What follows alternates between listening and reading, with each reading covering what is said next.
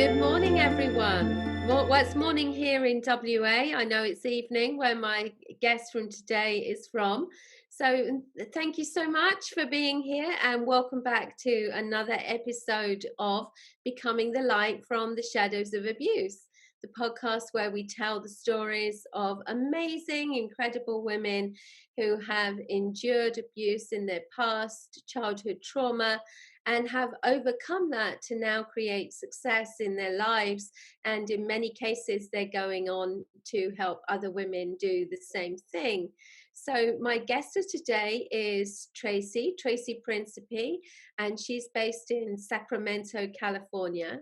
As always, I'm going to let my guest introduce herself. I'm just going to let you know, though, that Tracy is actually a somatic experiencing coach, and this is very close to my heart because it's so complementary to the work that I do, and because somatic experiencing is all about calming the nervous system. A lot of people don't realize that after abuse, the nervous system is very, very severely affected and impaired. And in many cases, it's very difficult to calm. And there are specific ways of doing that. And that's what Tracy does as a somatic experiencing coach. It's very up and coming. It's recognized as the way forward with regard to calming the body after trauma. So I'm going to hand over to Tracy so she can tell you a bit more about herself, and then we'll hear her story. So Tracy, thank you so much for being here. I'm so excited to have you on because our work is so complementary, and I just can't wait to hear what you've got to tell us. Thanks, Sarah. I'm delighted to be here with you today. And yes, this is really exciting to get to share this. You know, my mission is just to kind of share this information because in my process, no one ever told me that. And when I finally heard the connection, my entire life made sense. My entire life made sense. And no, but I had never heard that from a doctor, a therapist, you know, just nobody Yeah. had ever told me about the connection between my nervous system and trauma. And all of a sudden I just had that aha light bulb moment, and that is when my life changed completely. And those traumatic responses I was suffering with and the coping mechanisms, I mean, it just, everything made sense. So this is my passion, my mission, to get this information out to as many people as possible. So thanks for having me on today. Oh, and I'm just so happy to be able to give you this platform, because what you're doing is so important, and I can relate to what you're saying as well, because so many of the people that I work with, they've been in therapy for years and years and years, and they, as you say, just like you, they haven't even been told that there is a bodily response to trauma. And when I explain to them that there's no point having therapy before you've done the somatic work, because it affects the ability of the mind, the frontal cortex in particular, to actually take on new information. So you're having That's all of right. therapy that you're not capable of actually absorbing. And the first step is actually, or should be, we need to be Hmm. pioneers in this. Unfortunately it isn't, but it should be, to do this calming of the nervous system. Yeah, It's vital work that is being overlooked. So absolutely. now that we know what you do and what you're passionate about, obviously there's a Hmm. reason, like all of us who do this kind of work, there's a reason that you got into it. So just take us back, and just, if you will, just tell us something about you, what it was that you experienced growing up that led you to have this trauma Hmm. in your body that you knew you needed to resolve. Yeah, so that's the other thing that isn't talked about. I didn't experience physical abuse or sexual abuse. I experienced developmental trauma, emotional abuse, and abandonment and neglect, severe. My mom is a narcissist. She's a covert narcissist. So Yeah. the covert is the more subtle um, form of narcissism, but no less damaging or detrimental to a child in that type of home, right? So we all hear about the narcissist that's very charismatic, and she was very introverted and covert about it, but it was very damaging. So growing, I never thought I had trauma going into adulthood. I had never put two and two together. Nobody had mentioned it. So I didn't even know that I had trauma. I thought it came, I came from a nice area. I grew up in a nice home in a nice neighborhood. I went to nice schools. It never, um, I knew there was something off about my mom. I definitely knew that, but there was no words or any way to describe what I had experienced. And there was also a lot of shame carrying that, because society tells us that a mother has to be, this upheld person, that you need to forgive and just move on. And, it's your mother and those kinds of things that we hear in society. That there was a lot of shame. So I never talked about it. Um, And it's such an it's an important point that you've made there. mm, The emotional abuse. I mean, most of the clients that I see have mhm. actually suffered emotional abuse, and it is not recognized enough and talked about enough, the effect on it. And as you say, it's developmental. It actually Yeah, affects the way that you develop. Because not only are you, absolutely. as a child, having to try and make sense of and deal with situations that you don't know about, the point Hmm. that gets missed is that you are also missing out on what you should get. You are missing out Absolutely. on the encouragement, the support, the love, the nurture, the nourishing. So Yes. it's like a double pronged attack. You're Right. defending one and missing in the other. And Yes. it affects your development very, very seriously. And as you Seriously. said Yes. yourself, people are so often not aware that this has even happened to them until later Yeah. on, when as an adult you have the freedom to find these things out. And Hmm. mostly what happens is people start to wonder, of course, what's wrong with them, what's wrong with Mm. me, that I can't do this, that I react in Right. this way, that I can't have a loving relationship. All of these things Exactly. is when people start to look at it. And I thank you so much for pointing out I didn't even know I had a trauma. Because so many Yeah. people that approach healers will say, I don't know if I'm just making a big thing here. Mm. Did is this actually a trauma? And then you listen to it and you're like, wow, I can't believe they didn't even see this was a trauma. So, Hmm. and I think that's so important for people listening to who Yes. might be thinking, well, it wasn't that bad, or was it even a trauma? Am I just making a fuss? The fact that Right. they would even be thinking it means that it's worth investigating, and that trauma, Absolutely. trauma Absolutely. comes in many guises. Yeah, that's right. And what ultimately led me to believing that I had trauma wasn't actually my mom's treatment of me, it was my reactions, right? So I Yeah, have had addictions and eating disorders since I was 14 years old. Um, and addictions and eating disorders throughout my entire life, well into my 40s. Um, and of course, the relationships that were a train wreck. yeah, I'm married now to a wonderful person, but prior to that, my relationships were a train wreck.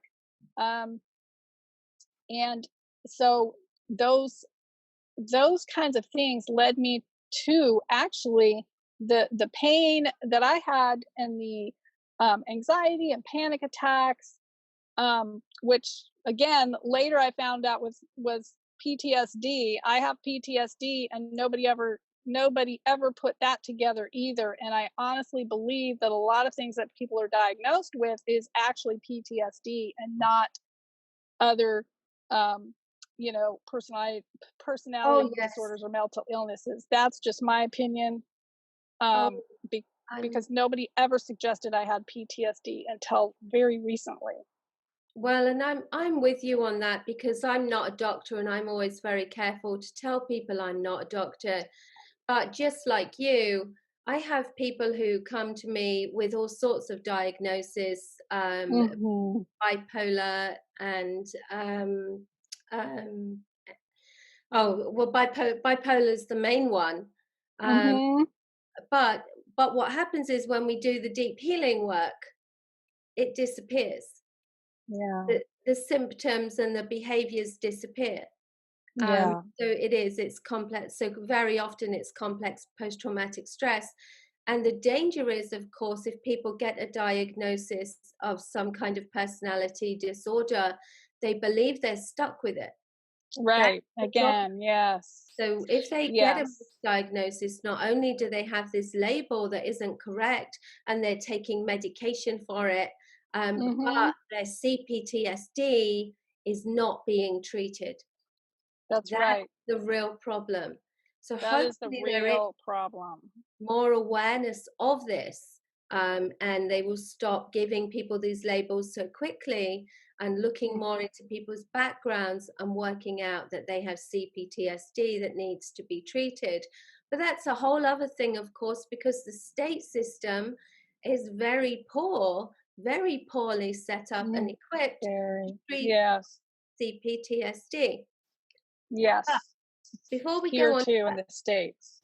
yeah, Yes. worldwide, it Yes. doesn't matter I what believe it. country my clients are from, it's exactly the same thing.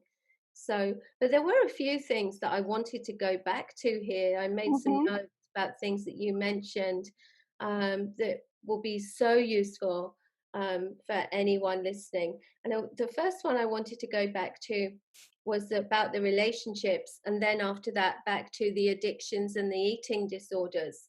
Um, Mhm. so tell us a bit more about if you don't mind, a bit more about your Mhm. relationships, why they were a train wreck, because this will help people understand. Because when we have CPTSD and we have these, we can't regulate our own emotions. Right. Obviously, it's very difficult to have, and we're so needy, Yeah. and no sense of self. Right. How did that play out for you? I love what you said. My relationships were a train wreck. So, so That's no joke. how was that playing out? And I imagine there were some Yeah. patterns and behaviors that you were repeating as well. Yeah, so yes, definitely. I chose men that were not available. So, the bottom line is Oh, they were not available because they had their own issues. Most of the men that I chose, this is like in my early 20s, early 30s, they were drug addicts or alcoholics themselves. yeah. Um, and they were not available. They could not provide a loving household. They could not provide, um, consistent financial support. They were not stable, right? So they couldn't offer stability or safety at all. So the pattern there, of course, is we all repeat patterns, whether we accept it or not. It's true. So you Hmm. chose people that weren't available, just like your mum wasn't available. Yeah, Yeah. exactly. Yeah, and so that, of course, sent me into a stress state, right? My nervous system was always in survival mode. And I chose things that were familiar that would keep myself in survival mode. Of course, I Yeah. was not aware of making those choices, right? No. So I wasn't conscious of that, but that was what was familiar to my nervous system, the fight or flight. Yeah. And this is what people have to understand, that the job of the mind is to keep you safe, and Hmm. whether it's the best thing for you or not, the mind will go to what's familiar. We Yeah. are, yeah, inherently drawn to what's familiar, whether it's good for us or not. And it's only when Yes. we recognize that pattern that we can really do something about changing it. So Yeah. then, going back to where you said about having the addictions and the eating disorders, and Hmm. I imagine there'll be a lot of people listening to this that can relate to that. I found I'm getting a lot of people with eating disorders at the moment, and I think it's important to make the point here that an eating disorder, as you know, is about Mm-hmm. the need to have some control. Because when Yeah, you're a child of a narcissistic parent, you have no control. Everything is chaos and confusion. You have yeah, no safety, no security. But what you that's can right. control is what you eat. And I think a lot of Yeah, people don't realize that. But also that it comes from the same as addiction does. It always comes from unmet childhood needs. It absolutely. is always about her. Always. And, Yeah. and what amazes me is that we still have a health system that does not look at people that present with addiction and with eating Mm-hmm. disorders, and doesn't Mm-hmm. just say, what happened to you that hurt you so much. Right. That's right. If we could Yeah. just say that to people so they feel heard, so they Mm. feel safe, so they feel, Yes. wow, someone gets it. But instead it's made so complicated, as Mm. if it's such a Yeah. complex thing. And Yeah. it is to a degree, because the hurt in itself is complex. But if we could just see people as hurting, it's like Yes. children who misbehave at school and are disruptive, Yes. playing up. They're hurting. They're needing attention for some reason. Absolutely. And instead Yeah. of labeling them as naughty or disruptive, if we could Mm-hmm. just look at them and say, what's going on with you? What is it that you need? Now, the child Yeah. might not know, but at least if the adults know, at least if the adults can accept that this is about hurt. Yes. So, About all hurt. addiction, anyone listening, guys, any addiction is about unmet childhood needs. It's about Yeah. rejection, not feeling good. Pain. It's about pain, trying to Yeah. fill the void inside. Void inside Absolutely. can only be filled from inside. When you Yes. love yourself, learn that you're lovable. Absolutely. It is the biggest unworthy, it's that unworthy, I'm not worthy, I'm not good enough, that Yeah, wound. Yeah, yeah, that comes from the mother. It comes from the mother. absolutely, and that's what I was leading into. So, could you tell us more about that? Having a covert narcissist as a Mhm. mother. Can you tell us what that looked like, what the damage was done? Because we've just said that it creates this wound of I'm not good enough and unworthy, Yeah.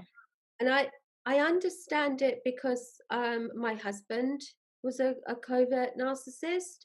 Mhm. And as an adult, that was extremely damaging and debilitating. But the interesting thing is, as you said, because it's more subtle than a lot of the Mhm. narcissism that we hear about, it's harder to identify, especially when there's all the manipulation and the guilt tripping.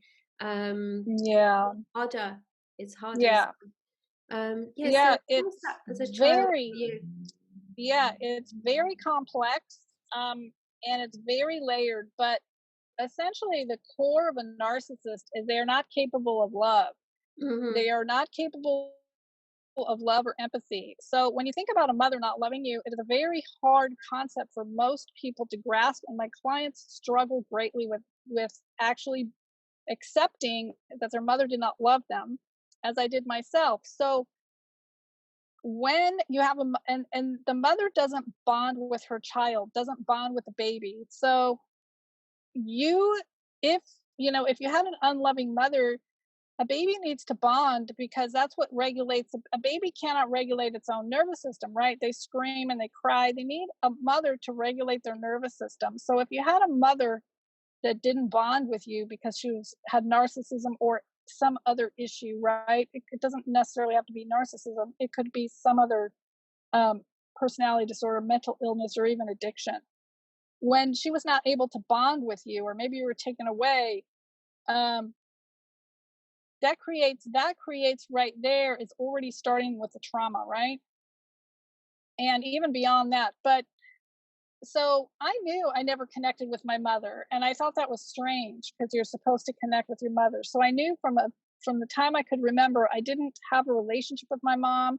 She was very cold, and I couldn't connect with her.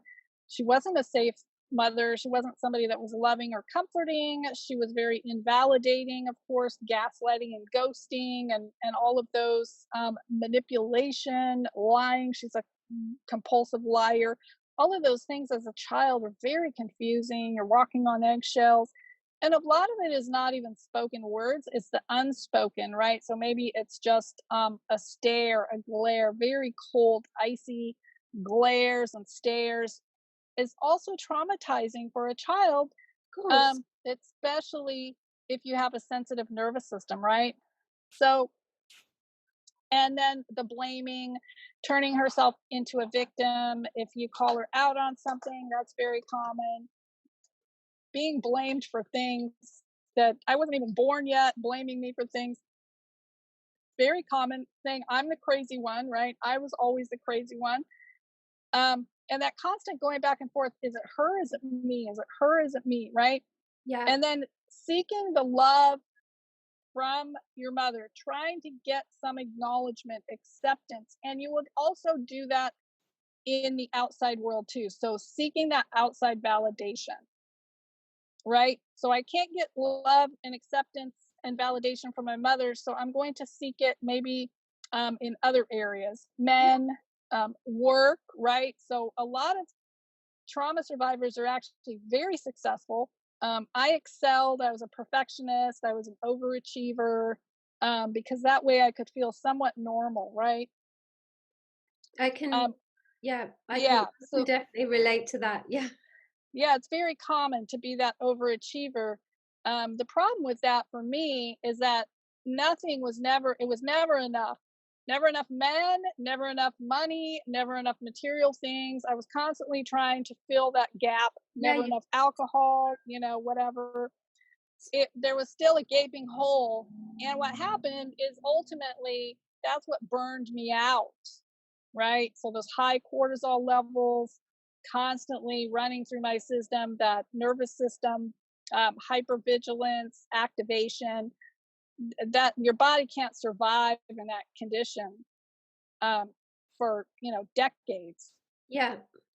Yeah, it's not Thank you. healthy. That's where the body starts to break down, and that's exactly what happened to me. And I see this, and I'm sure you see this too, with the chronic fatigue, fibromyalgia, Yes. um, all the autoimmune that again can't be explained. They don't connect it to trauma. It's directly connected to childhood trauma, and they are figuring that out now. There's a book, The Body Keeps the Score, that Yes. explains exactly that connection. And I read that book and it made total sense. And again, nobody had connected my body issues with trauma.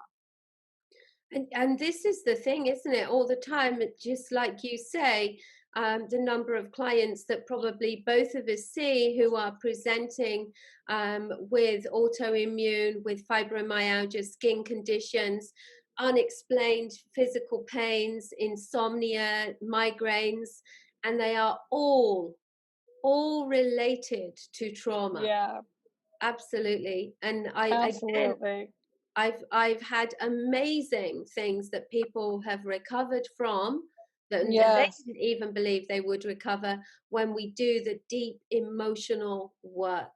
And then that's they right. discover they don't have IBS anymore. They can sleep. They don't have headaches. Their skin condition clears up. Arthritis clears up. All of Yes, these things that, as you say, are the body's reaction because we are not designed to work in that way. right. Absolutely. Yeah. Thank you Yeah. so much for being so clear about that. It's such an important point, and the medical profession is so far behind. You Mm. know, the mainstream. Yeah, If you go to your yeah, doctor, even if you go to a psychologist and most therapists, they are yeah, so far behind on the yeah. They treatment don't of have that trauma, training. of what's needed. So people end up getting the wrong therapy at the wrong time. And 10 years Hmm. later, they're wondering, why am I still like this? And no Right. one has even told them that they should be having trauma treatment, or that they have suffered a trauma, or that all of their physical symptoms are related to childhood neglect, and all of these things. That's There's right. so much, and it's amazing that really it's the holistic world that is leading the way on that. Yeah. Yeah. But it needs to be, yeah, far more needs to be done far more quickly, because this is like an epidemic, It is. unfortunately, Yeah.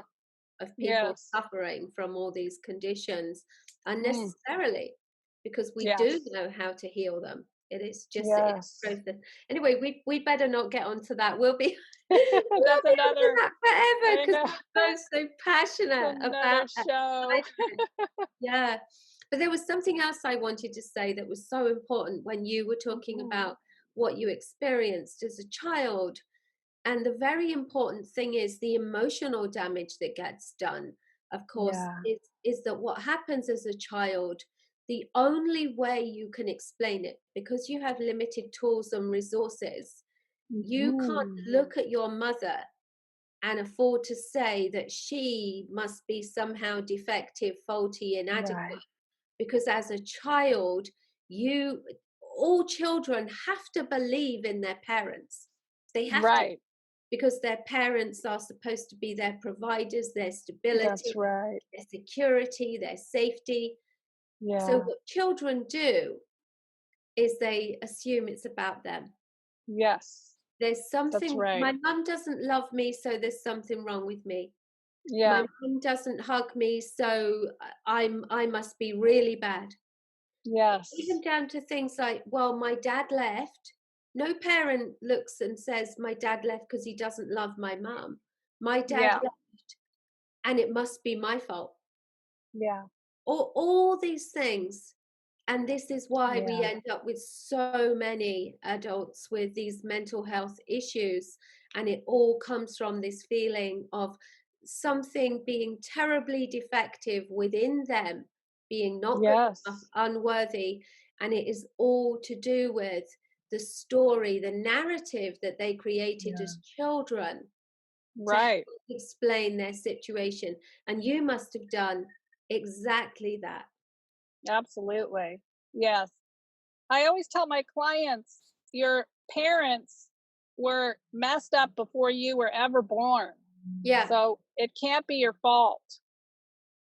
This didn't start when you were born. This started way before that. Yeah, absolutely. And I think And a lot of the time, and some, I mean, parents don't mean it. It's just that some people shouldn't have children. You know, people who are yeah, addicts, and people who have CPTSD, people who come from violent and controlling homes shouldn't have children, but they don't know that. yeah, they don't know that. Yeah. They Yeah, and carry it just on. gets passed down and passed down and passed down. Yeah, which is Yeah, why this is what I always say the same thing to my clients. Your parents were a product of their upbringing. This was nothing absolutely. to do with you. Uh, Yeah. There was nothing you could have done, nothing you could have been, especially with a narcissist. Oh, Yeah, yeah, absolutely. Yeah, uh, with the it- narcissist. you can never be. I'm working with someone at the moment who's actually a brilliant artist. But Mm, for his narcissistic parents, it was nothing because he wasn't famous. right. Yeah, You that's know, typical. it doesn't matter. There's No, nothing. nothing is ever good enough, and that's No, the thing is, you can people please and try to, meet their demands or whatever it is, and it will never be good enough. So, you might as well stop and start working on yourself absolutely. Yeah, because yeah, there's nothing good enough. And so I actually advocate for no contact with toxic parents, especially if they're narcissists, because I just see that one of the hardest things is for people to get out of that toxic enmeshment. Um, and the only real way to really truly heal, in my opinion, is to go no contact. Even if I say give yourself a break and give yourself some time to heal and get some clarity and go, try to go no contact and see how you feel. And inevitably what happens is the healing starts and they say, "Oh no, why would I ever want to go back to contact?" Right? Right, right. Yeah, Absolutely. Yeah, because people don't understand, once you start to do the healing, you shift such a lot in how you see yourself and what you want for yourself, and your whole yeah, value and your boundary system changes. So even when yes, you do start to see those people again, your reaction to them and how they are able to affect you is completely different. But as you say, absolutely. you're more Yeah, able to stand outside of and to reject what is happening and to recognize it. So yes, you can become the observer. So I did yes, want to explain really quickly, just a little bit about how the nervous system, so somebody could recognize, please do. what's, I was yeah, going because to this ask is, you. yeah, really important, because I wasn't aware of this. So the nervous system, and I'll try to keep this like as easy to understand as possible. Um, there's the fight or flight response, or the freeze shutdown response is what I call it. That is inherent in all mammals. So, if a lion is chasing a zebra, that zebra has that fight or flight to lead, to run, right? Or maybe some animals actually roll over and play dead, like possums. They roll over and play dead. And so that animal, that predator chasing them, doesn't is like, okay, well, that's no fun. And they don't, they walk off. So we we don't have lions chasing us. But what happens is that trauma from childhood gets stored in our body. Trauma can again be as something as, just being criticized by a parent over and over and over Yeah, again, right? Um, and so that gets stored in your body because you weren't allowed to express yourself, and the situation was overwhelming, especially if it was repeated over and over again. That can also overwhelm your system. and there's no So you escape. Yeah, there's no escape, you don't have safety, you can't escape. So your brain and body started to you know change and shift because of that dynamic, right? Um, and you might even remember, I remember having anxiety as a child and walking on eggshells. So you might remember how you might have felt, right? So I specifically remember very, very clearly those situations. Now, when you become an adult, those become your coping mechanisms. Your body is responding to a past trauma. Those are triggers. So even if somebody on the internet triggers you, it's actually from the past.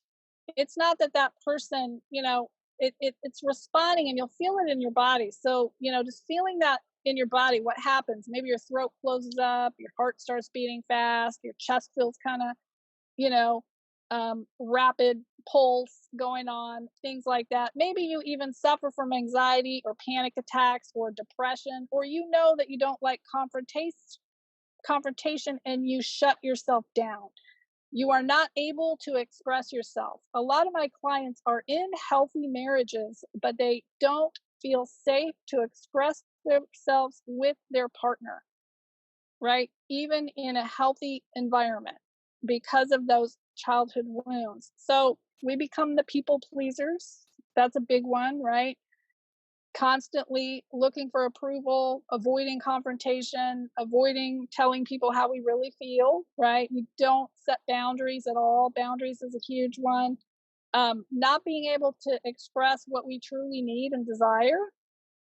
Anger and rage, that's nothing to be ashamed of. Anger and rage is nothing to be ashamed of. It's a PTSD response.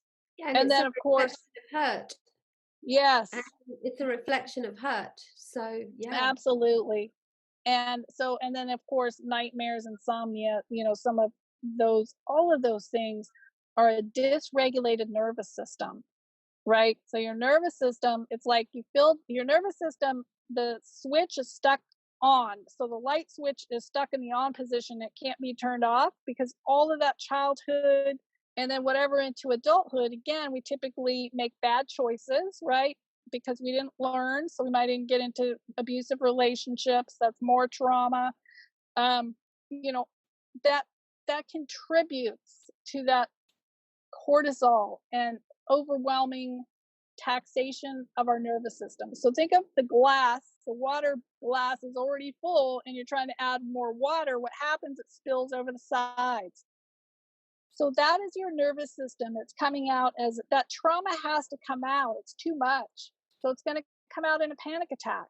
It's going to come out as anxiety, social anxiety. I have a lot of clients with social anxiety and phobias.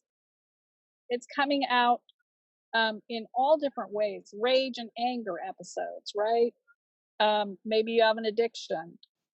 And that is how your trauma is showing up. Or maybe you're that perfectionist workaholic like I was that's going to get burned out eventually from those types of coping mechanisms, right? So the coping mechanisms over and over again, we hear this a lot. It becomes our personality. So we say, "Oh well, that's just the way I am," or "I'm this." I used to say that. Well, I'm this type A, really go-getter person, and I was, I'm but it was laughing because trauma responses.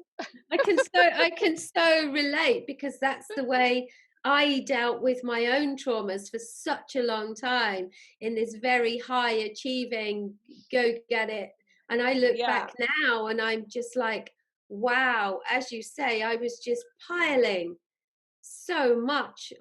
I went from nearly committing suicide to Mm, opening a full-on business. yeah.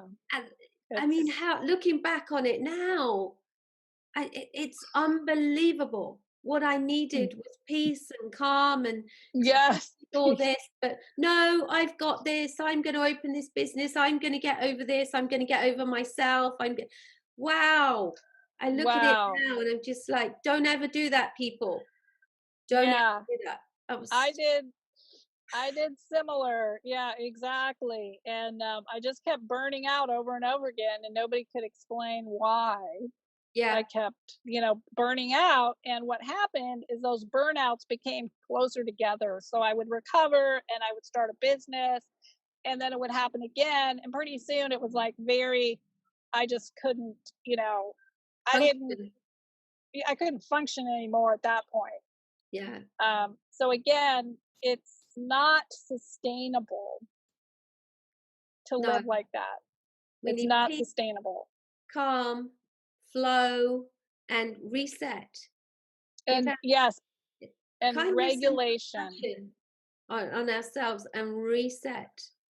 Absolutely. And Yeah. talking about reset, tell us something about the somatic experiencing Hmm. that you do. How does it help people? How does it work? I know a little bit Yeah. about it because of obviously what I do, uh, Hmm. but I love that this is a definite thing that focuses on helping people reset and re-regulate the nervous system.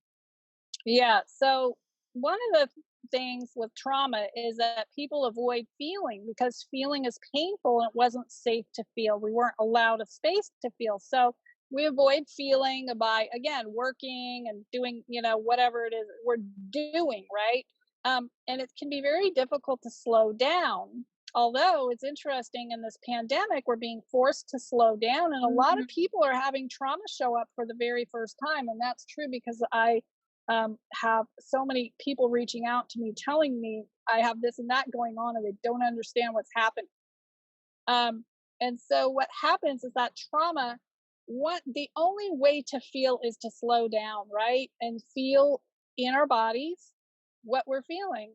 And so the first time I did somatic experiencing, and this is I found it by the grace of God, um, for my trauma, and I was blown away and it worked so profoundly and my life shifted so profoundly. That's why I got trained in it myself. So the first time I did it, the therapist asked me, what are you where do you feel that in your body? And I was like, what? Nobody ever asked me that. Where do I feel that in my body? And I thought, I don't know, hold on a second, let me see, because nobody ever asked me where I feel that in my body, right? We're so used to talking and being cognitive. um and the floodgates opened. Oh, wow. All those trapped emotions, everything in my body. It was all in there, all in there. And then, along with the nervous system, um, which is like more specific exercises to begin to calm the nervous system.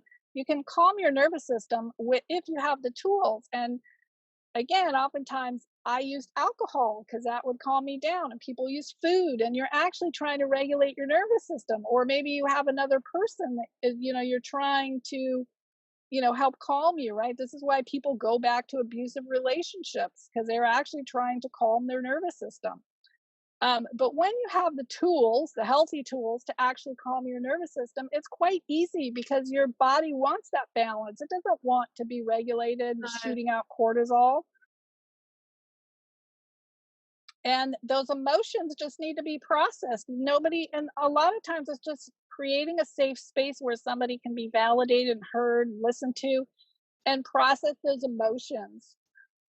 We don't even have to, and this again is old school therapy of having your whole trauma dialogue and all your oh, traumas and all, and I have people come to me and they say they got completely triggered, re-traumatized by a therapist asking them to write down every single trauma they ever had.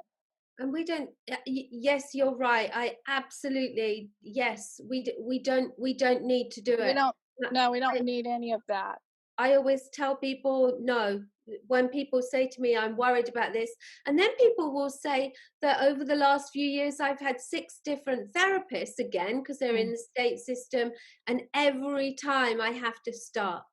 Or some people will yeah, say, every week we go back and we seem to be working on the same incident.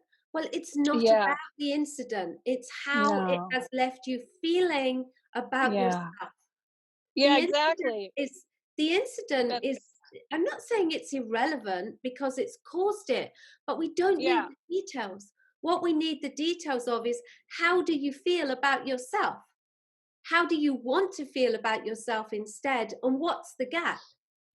yeah. That's what we need, you know? Yeah, and And that's oh, the talk therapy doesn't address the body. It's not, and we can talk about this until we're blue in the face, but if you're not addressing the actual body and where that trauma is stored, that's why a lot of people can talk about their trauma like they're talking about the weather, and yeah, because we are disassociated disconnected. from it. Yeah, yeah. Yeah. And And so when we get into the body of, okay, wait a minute, where do you feel that in your body? Then you see people start to slow down and they start to feel, and you can see it in their face, and they start to get a little, and then they want to talk, and I'm like, no, no, hold that, hold it right there, and there it is. There it is. That's all we need. It is there. It's always there. yeah, Yeah, and but it's it's easy. interesting. People want to jump out and they want to talk because it's getting, and I can see it because it becomes uncomfortable. And I ask them to stay with it just a little bit if they can tolerate it. If they can't tolerate it, that's okay. We're not going to dive in and, if it's not if they can't tolerate it, that's okay. We'll shift out and do something else that they can tolerate, right? So it's very gentle. Yeah, We're not just diving into some traumatic event. yeah. We And don't need to do that. that's what people are so scared of, Yeah, because it's they've experienced dangerous. that so Yeah, many it's times, and they very scary. just reactivating that trauma. And also, Yeah, you would know this, obviously your body and your mind take notice of what you draw attention to. Y- yeah, and if you're constantly drawing attention to these things and not resolving them, then actually yeah, you're just compounding them. yeah, What I yeah. found That's is that right. you said about the talk therapy not dealing with the body. Well, the talk therapy doesn't actually deal with the emotion either, No, which it is doesn't. why we end up with all these people that have been in therapy for like 20 to 40 years is not Yeah, unusual, and I'm sure you find the same. It doesn't, it draws attention to it, but it does not do that deep healing work, that real discovery work, discovering right. those feelings of not deserving, of being responsible, of all the shame, and as you said, all those things that are deep in the Mm, subconscious, that yeah, therapy has no chance of dealing with those, and no chance of doing what you're doing and dealing with the body. If it did, our health system, our society would look completely different. Oh We my goodness. Yeah, That's can right. you imagine Yeah. if Yeah. Can you people were imagine? actually doing the work, the right work, doing Right. healing Yeah. work, everything would look completely different. It Imagine going to would. your doctor with all of these symptoms, and instead Mhm. of kind of giving you the impression that you need to take these 4 tablets for the rest of your life and you'll never recover, and you have to live with your CPTSD, your anxiety, your depression, and this is just my life now. Imagine if Mhm. he said, "That's how you feel now, but if I put you in touch with the right people, in 3 months' time, you won't know yourself." Yeah. Yeah. Imagine that. Yeah. And the sad thing about that is it's available. Yes. What we do, it's Yes. the It's just results that that people we can don't get. know about it. People are Imagine going to the doctor and just being told that. People would just walk out the surgery feeling different than having Mhm. been given a label that labels them literally for life. Yeah. So Yeah. So so important. I know, I know. So, well, I mean, the work that you're doing is wonderful. Absolutely wonderful. Obviously, I'm passionate about anything that helps people heal from trauma, but the body is even more overlooked than the emotional effects. And I'm Yes. sure lots of people, hopefully, from this, people will be interested in talking to you about what you do and how you do it. So if people talk me through the process, we'll put everything in Mhm. the notes, but if people Okay. want to get in touch with you, what's the process? What should they expect? Yeah, so usually what I do is an initial consultation to make sure that it's a good fit. Yeah, Um, yeah, because there's a few people that it wouldn't be a right fit for, and then I do, I just kind of do even a mini session to see. Some people, there are a few people that are very dissociated that can't get in their body. It's just not safe, and that would be somebody that perhaps would need something else first before they did somatic work. But in yeah, general, somatic work is very, very gentle. Again, it's a really gentle process. Um, and I and because of the training, I know if when to stop and not go, not push somebody into a place where they're not ready to go yet. And then just feeling in the body and learning how to slow down and just be present in the present moment is a big part of it, right? So if you've even done any kind of meditation or mindfulness work that teaches, present moment awareness using the 5 senses, it's a really easy process. And that's really the first step is safety, because if we don't have safety, we can't move forward. So hmm safety is super duper important because you never had that as a child. So establishing that safety and then getting really present with what I call it's orienting. And we use your room, things in your room to orient to. And we might use things outside. So environment, orienting to your environment and grounding into your space gets you really, really present. And most people drop in really quickly right into that practice because it's so loving and supportive. And again, your body wants to be balanced. So we start with that, and then we start to build some resources. So resources are things that feel good, and you could find places in your body that feel reasonably okay. It doesn't even have to feel great, it could just feel kind of neutral. So we build resources in the body. And then again, we can find resources outside or in the room that feel calming or bring you joy. Hey, I look at this tree and I feel really good.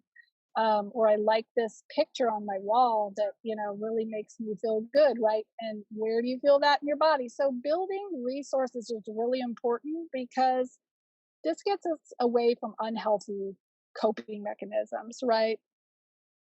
And then some of the nervous system regulation practices I give as homework so that you could do it at home on your own, to build your nervous system capacity. We want to build a little space because your nervous system is hijacked, it's overwhelmed, it's hypervigilant. So we want to build a little space to start saying, oh, I feel a little calmer. I feel a little relaxed. Sure.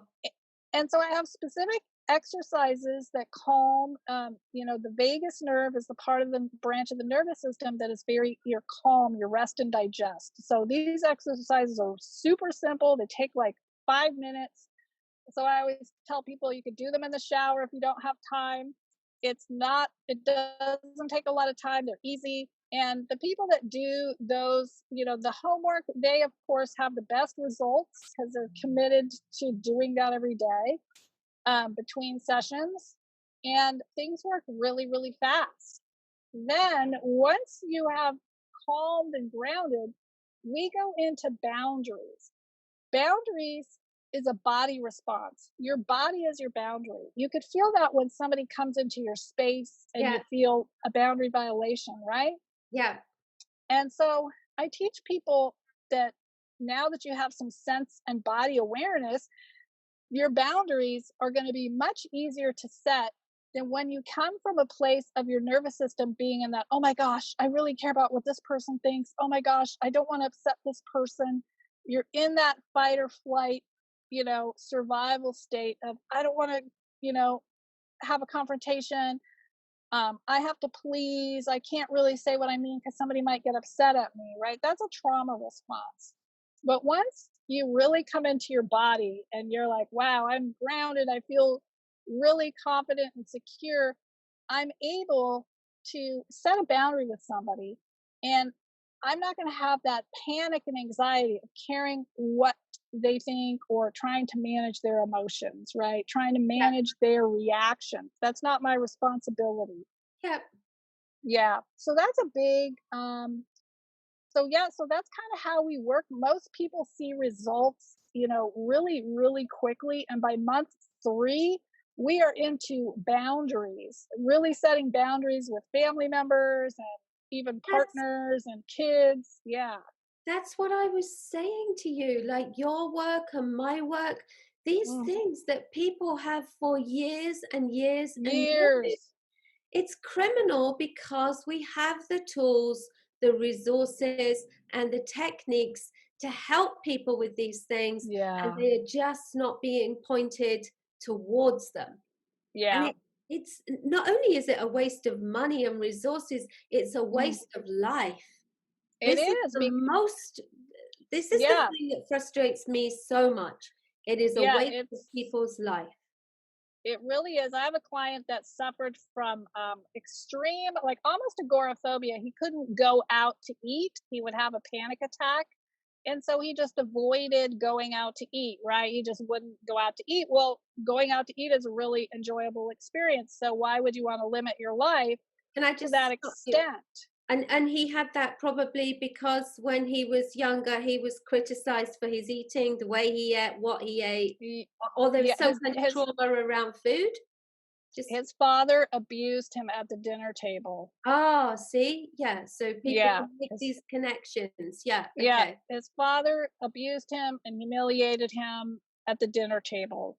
right. Um, and so, yeah, so he had the social level of anxiety where he could not go out to eat dinner, even with his partner. That was too much for him. So, and he had been suffering with this obviously since childhood. In 6 sessions, he was able to go out and enjoy a meal with his partner, Yeah, his fiance. Yeah. In 6 sessions, after a lifetime of suffering and just avoiding the situation was oftentimes what people do. They just avoid whatever it is that is causing the panic and anxiety. and many sessions of other therapy to try and resolve it. Had he tried other things? Oh, he had tried everything, the Yeah. spiritual, the healing, the therapy, every kind of course and personal development, even these courses that say they get rid of anxiety. Yeah. Yeah, So all it's of it. it's all about the mind and the body, and it's It is. all comes back to doing this trauma work.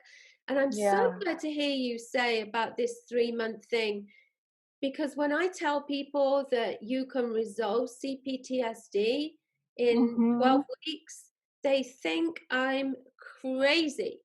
I know. But it is, this stuff is not that hard. No, it's Not not. that And I'm hard. just giving the tools. I'm not doing anything. I'm just giving the tools, and you're going and you're doing it. And it's all organic. It's really organic. People will have these revelations and these realizations on their own. I don't tell them how to think or feel, or, I'm just giving you the tools, and it's up to you if you want to do it or not. And people will have their own revelations about themselves. It's so remarkable because I never tell people, oh, you should feel this. I let them organically, hey, what are you feeling? I let them figure it out. It's really important, for their own identity and their own awareness. And they will come up with the most magical, just awareness, self-awareness of their body. And it's beautiful to see. Well, thank you so much for sharing all of that. Yeah. It's so important that people get this message, that you do not have to live with your mental health, your emotional and your physical conditions. The body and the mind can heal almost everything, but not Yeah. while it's not functioning as it should, So and when we do that Absolutely. correction work, everything else just corrects itself almost, you know. Yeah. So it's Yes. yes, wonderful, Absolutely. revolutionary. Thank you so much. So do you have you've shared so much, and I'm sure that Yeah. people are going to be fascinated by this, but do you have any parting words of wisdom or anything else you'd like to say that I've missed? Um, yeah, I would just say that, your trauma, or your coping mechanisms, or your body, what you're feeling in your body, um, that doesn't have to rob you of, having a life that you can enjoy. You know, you absolutely can't. I think resiliency is the key, having that resilience, right? And building resilience is this mind body connection, to say, yes, this is what I overcame all of these things. And I don't have to let it limit me. I don't have to be afraid. I can find safety. Yeah, and there are obviously, what we're doing is sharing the stories. I mean, we're just sharing a few stories, but Yes, there are hundreds, thousands of people who have done this. So focus on the absolutely. people who have rather than the people who haven't, because Yeah, the it's only difference is in the way that they thought and the action that they took. absolutely. That's the Yes. only And difference. yeah. And that really having that awareness and making that, I always say, I help people connect the dots, and then it's up to them what they want to do. Connecting the dots. Does it make sense that your trauma and what's going on in your body, can you connect those dots? Can you make that connection? Yeah. And that's when the light bulb goes off and you say, oh, that makes sense. And And then, and what can I do? What can I do about it? absolutely, because understanding is power. You can't heal what you don't understand. Right. Yeah. Yeah, Yeah. exactly. Which explains why people have therapy for years without doing anything. It's not Right. actually understood what they're dealing with at that time. So, Yeah. okay. Well, thank you. Wonderful. Thank you so much for all of Thank that. I'm you. sure it's going to be amazingly helpful. And yeah, I wouldn't be surprised if some lives get changed because of what we've shared here today. Let's hope so, because Wonderful. that's what we're all about. So, Absolutely. Thank well, you thank so you. much. Oh, thank you. Thank you for sharing and being open and honest. And thank you for your skill and your gift. And yeah, the fact that you're not now out there doing this work. We need millions more of us out there Yes, we doing need this work, more. sharing this Yes. message for sure. Yeah. Okay. All right. Well, thank you, Tracy. Thank you so much. I really appreciate everything that you've shared. Thanks And again. yeah, hopefully some of our listeners will be in touch with you. Thanks so much. Thanks Thank you. again.